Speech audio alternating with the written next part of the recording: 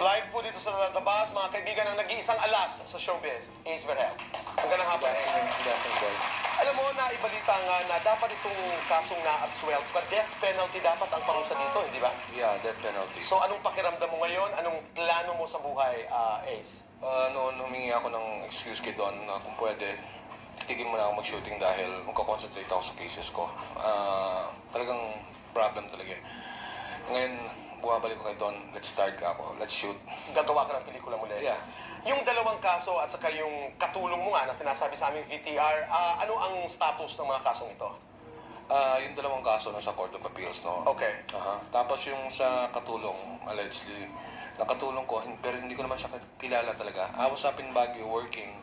I was shooting there up in Baguio when that thing was supposed to happen here in Manila. So, posible maging dalawa yung Ace na nasa Manila at nasa Baguio at the same time. Ngayon, nasa Court of Appeals na yun at sa DOJ para revisahin.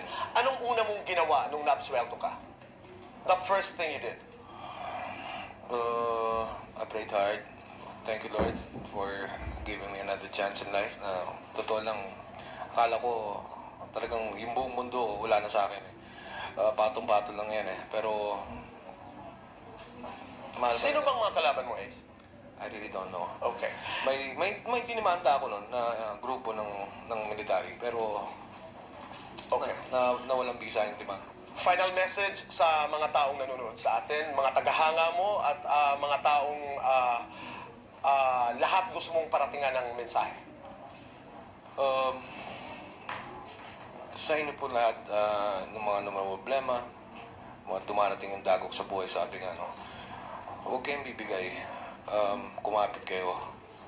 At pagkatapos ng itong alo na ito, makikita nyo yung another part of life, no, na dadatan nyo. Hindi pala lahat ganon, hindi pala lahat malungkot, kundi marami pa palang masasaya at masasarap na buhay na darating sa atin. Huwag lang yung makalimutan na tumawag sa Diyos at tumulong sa kapwa. Yun lang naman eh. Just be fair and honest. That's it. Maraming salamat, Ace. Maraming salamat. Thank you. Thank you very much. Mga kaibigan, punta naman po tayo